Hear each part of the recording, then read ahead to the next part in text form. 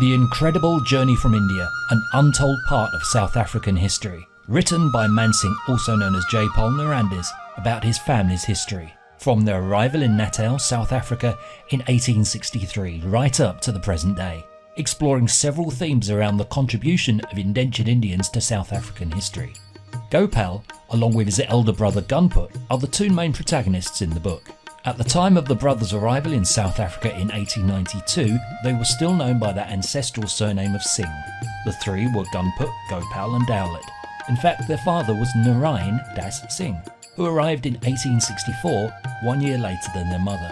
However, in 1900, the family changed its name to Narrandes, a name unique in its own right. This part of South African history has so far not been explored or documented. You could almost say it's virgin territory. Part of the reason for this lack of documentation is due to the fact that the British colonists were in the habit of destroying all documents in their possession when they handed over colonies such as India and South Africa.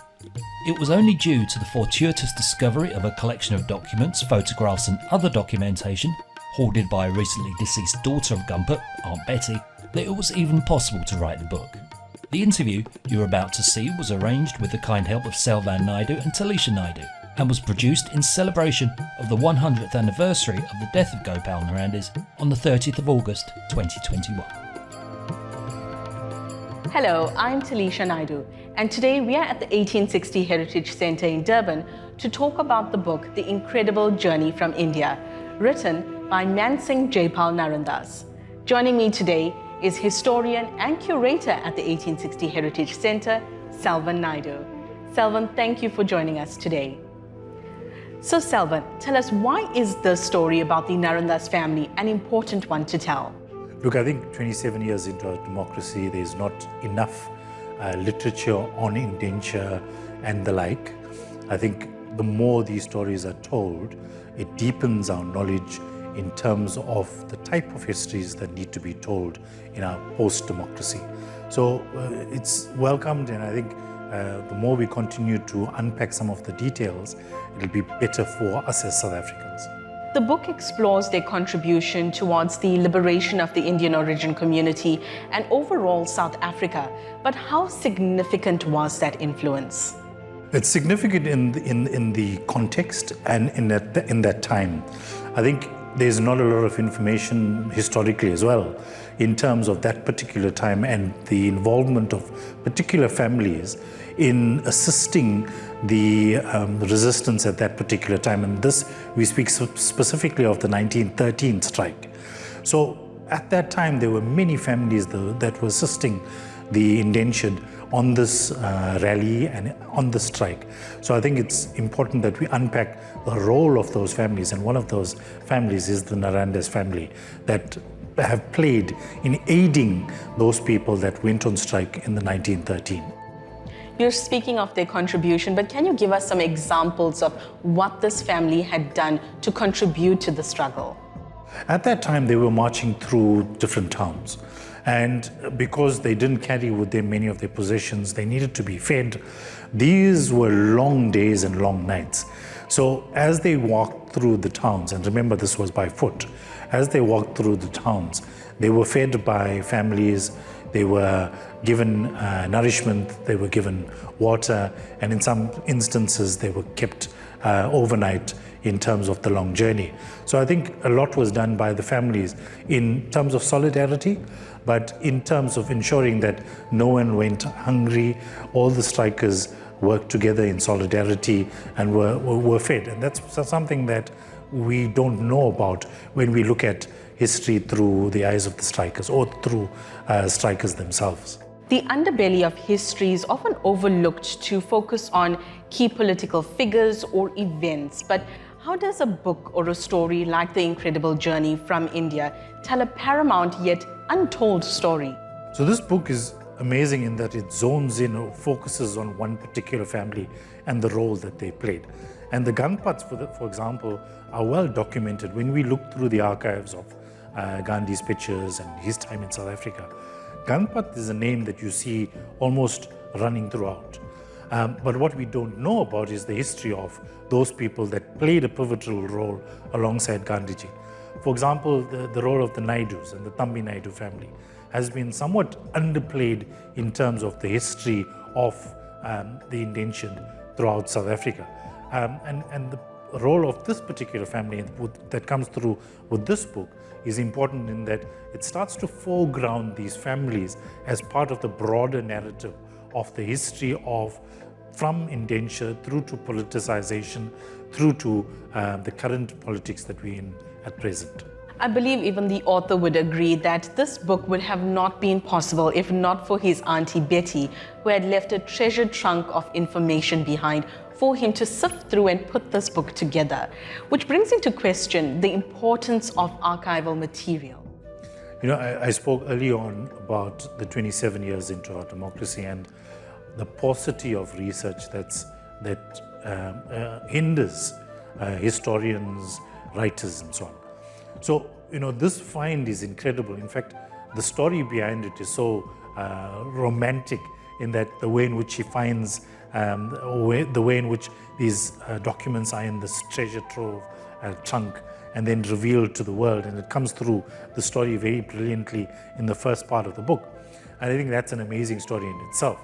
But the reality is that this treasure trunk is an important part of information that breaks with agency.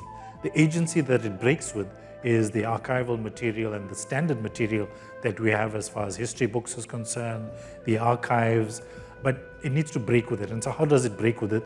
This is unfettered, unpublished documents that the world has not seen.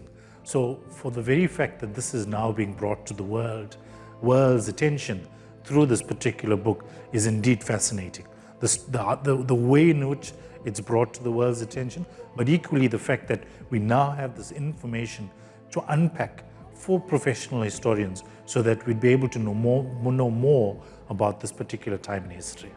And the author uses this information to put this book together in terms of writing a story and then allowing us to reference it. How does having a validating system like this ultimately allow us to revisit history and then question it?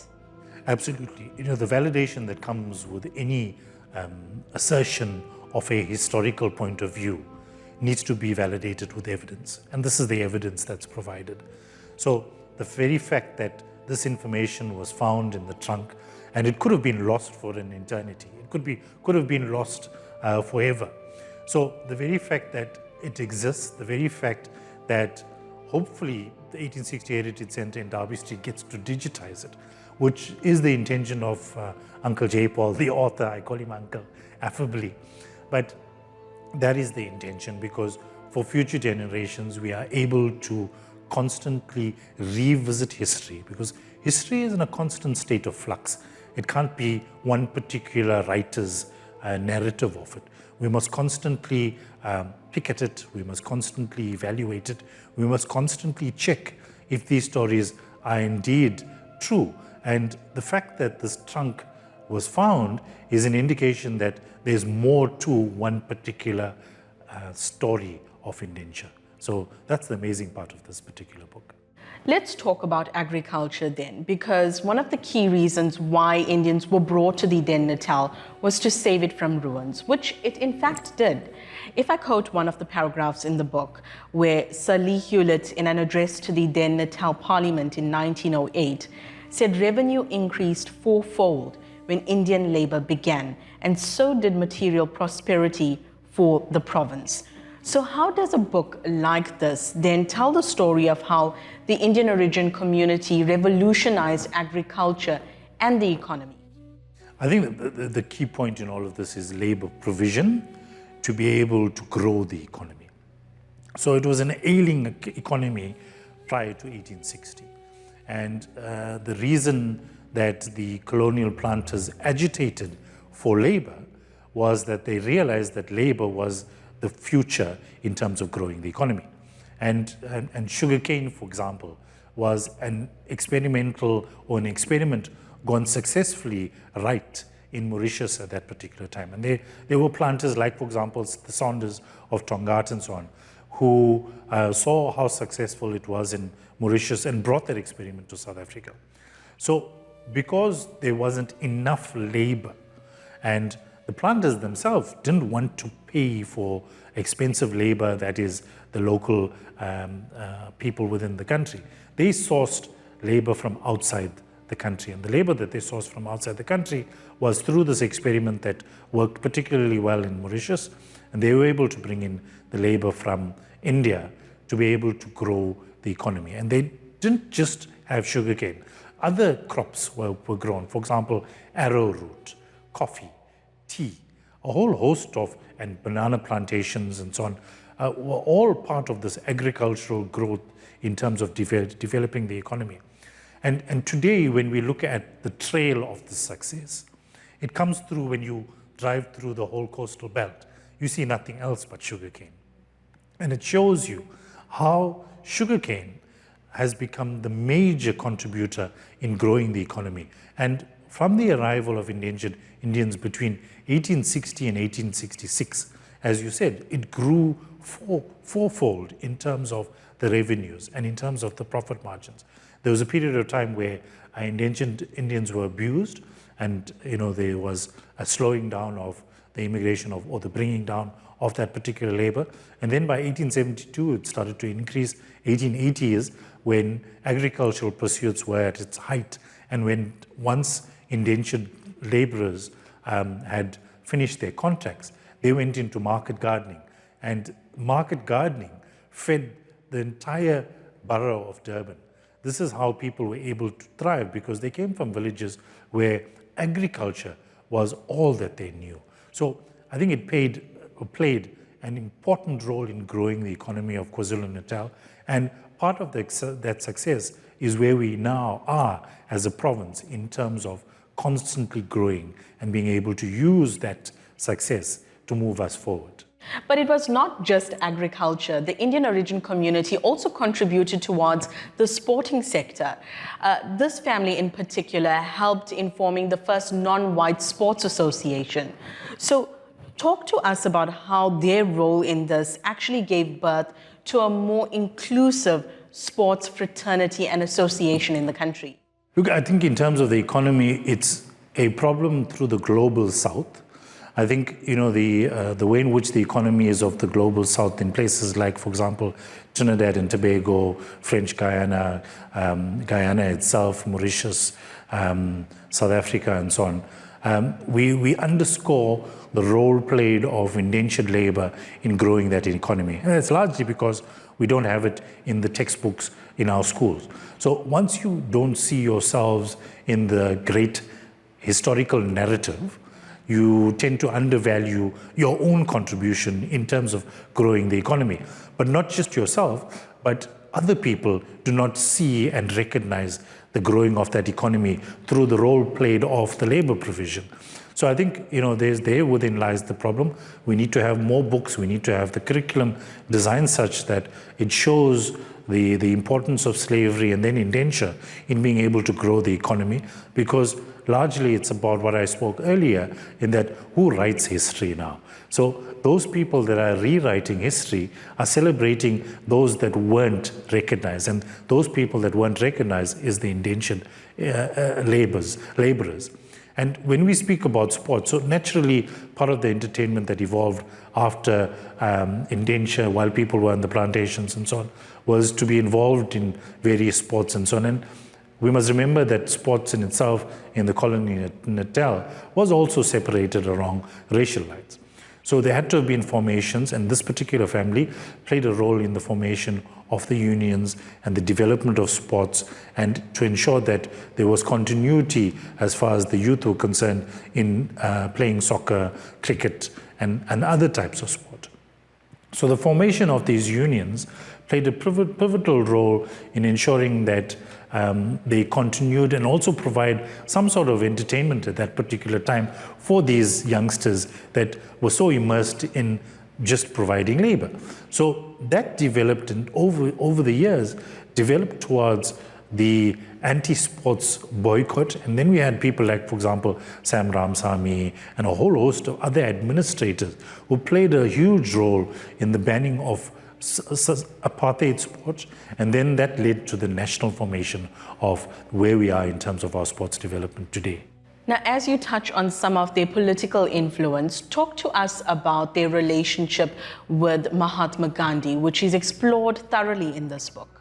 Look, I think in general we have not necessarily a problem, but we have what I refer to as Gandhi-centric literature in South Africa. So the focus of that particular time, from the time of Gandhi arriving in the country from 1894 and onwards until he left in 1913, 1914, was a literature and a history that just purely focuses on his involvement in liberating those oppressed on the sugarcane plantations and also the traders at that particular time.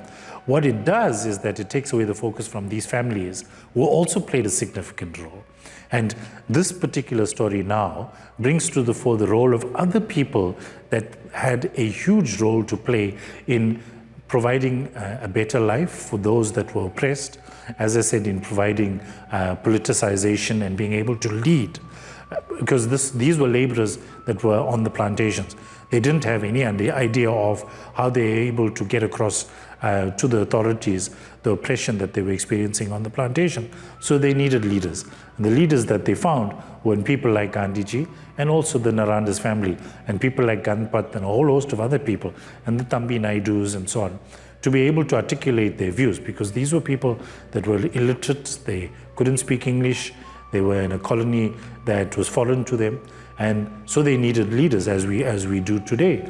And these are the leaders. So this family played a huge role at that particular time in providing leadership, providing comfort to those that were oppressed at that particular point in time. But it was not just Mahatma Gandhi, it was also political figures like John Dube and political parties like the ANC. How did this family's links with John Dube and the ANC actually shape the relationship between the Indian origin community and the black community? I think it forged a cooperative pact which eventually led to the 1947 Doctors' Pact. And it speaks about a cooperation of people who were oppressed. So obviously it had its beginnings much earlier, and with John Langilele Dube, Gandhiji, this particular family, all these links would have been in place. We must remember that these families would have had dinners together, they would have sat down, worked out ideas in which they would be able to get across their views, specifically with Gandhiji and forming the Indian Opinion, and John Langilele Dube forming the Langalase, newspapers that provided information to the people. But they were able to also draw on the families in order to provide that leadership. And one of those families is the Narrandes family. Selvan, how does a book like The Incredible Journey from India set a precedent for untold stories to come to the fore? I think firstly we've got to look at this particular book and this particular family. There's a lot of things that could be contested, but there's a lot of things that provides beautiful information of an untold past. So we must be able to foreground this book and celebrate this book and have this book get into more hands. And the more hands it gets into, the more readers will be able to question the roles of certain individuals at that particular time in history. But it also provides inspiration to other families who may not have been documented, who also played key roles in providing leadership, in providing comfort, in being able to be a voice for those voiceless, oppressed, indentured laborers and so on. So I think as we look at this book as inspiration, it would provide that inspiration for more families to come out, and who knows how many treasure chests or troves, chunks they exist out in the world today. Thank you to Selvan Naidoo and Taliesha Naidoo and Lennon Naidoo for the filming. If you're in South Africa, you can own a hard copy of this groundbreaking historical record by purchasing from the 1860 Heritage Centre, 1 Derby Street, Durban, telephone 031 309 1858, or any exclusive books shop, any bargain books shop, for example Bargain Books in Musgrave, Adams Bookshop in the Musgrave Centre, Durban, or online at loot.co.za, or Exclusive Books online store. And thanks to Mark Hackney, Kirsten MacArthur and Jenny Hackney, as if it wasn't for them, the book would not exist on the shelves in South Africa. If you have any difficulty getting a copy in South Africa, phone Blue Weaver Distribution on 021 701 4477. Their email address info@blueweaver.co.za. In India, the book is distributed exclusively by Star Publication PVT Limited. Their email info@starpublic.com, and is printed and bound in India by Star Print Obind, New Delhi. In the United Kingdom, it is distributed by Indian Bookshelf. Their email starbooksk@aol.com, and it's also available online from amazon.co.uk. What you've seen up to now is only the information that was available to the author at the time of writing the last book.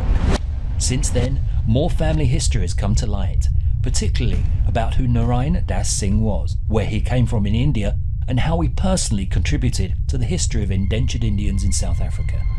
The real reasons as to why the family had to change its name from Singh to Narrandes is a story unique in its own right, and also waiting to be told. This was a period when the brothers were at loggerheads with an iconic figure. You will not want to miss the next instalment of this unique story. It will contain recently discovered information that will rewrite history.